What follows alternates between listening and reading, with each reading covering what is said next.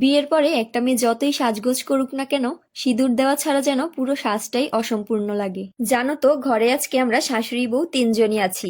আর তোমাদের দাদারা একটু ঢাকা গিয়েছে। ওরা ঢাকা যাওয়ার কারণে আমরা সেই ভোর 5টার দিকে ঘুম থেকে উঠেছি। উঠেই আগে ঘর ঝাড়ু দুয়ারে জল দিয়ে দিয়েছি, তারপরই ওরা বের হয়ে গিয়েছিল। এরপর বাকি বাসি গাছগুলো সেরে স্নান করে ফেলেছি। আর স্নান করে এসে সিঁদুর দেওয়া ছাড়া তো একদমই ভালো লাগে না। তো দেখো, দিদি ওইদিকে স্নান সেরে চলে এসেছে সকালের জল খাবার বানানোর জন্য।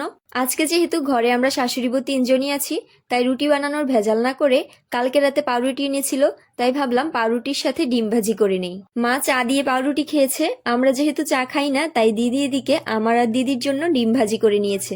আচ্ছা, আমরাই এমন নাকি তোমরাও আমাদের মতো একটু বলো তো?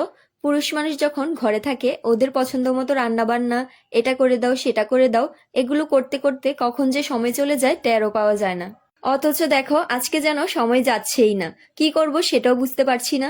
তাই নাস্তা করতে করতে দুই যা মিলে কিছুক্ষণ টিভি দেখলাম, গানও শুনলাম। তারপর হঠাৎ করে মনে পড়লো, মা কিছুদিন আগেই বলেছিল ঘরে কিছু আতপ চাল আছে, ওইগুলো রোদে দিতে হবে।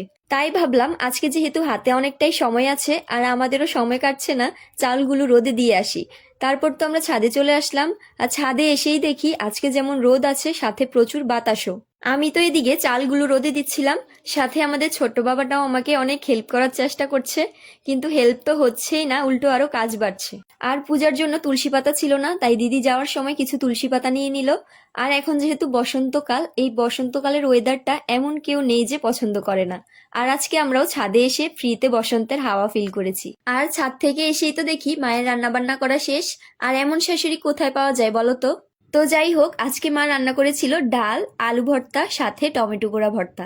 মাঝে মধ্যে না এমন সিম্পল খাবার দাবার খেতে অনেক বেশি ভালো লাগে। তো আজকে আমাদের সারাটা দিন এভাবেই কেটেছে। আর আমাদের সম্পূর্ণ ভিডিওটা তোমাদের কাছে কেমন লাগলো অবশ্যই কমেন্ট করে জানাবে। সবাই ভালো থাকবে, টাটা।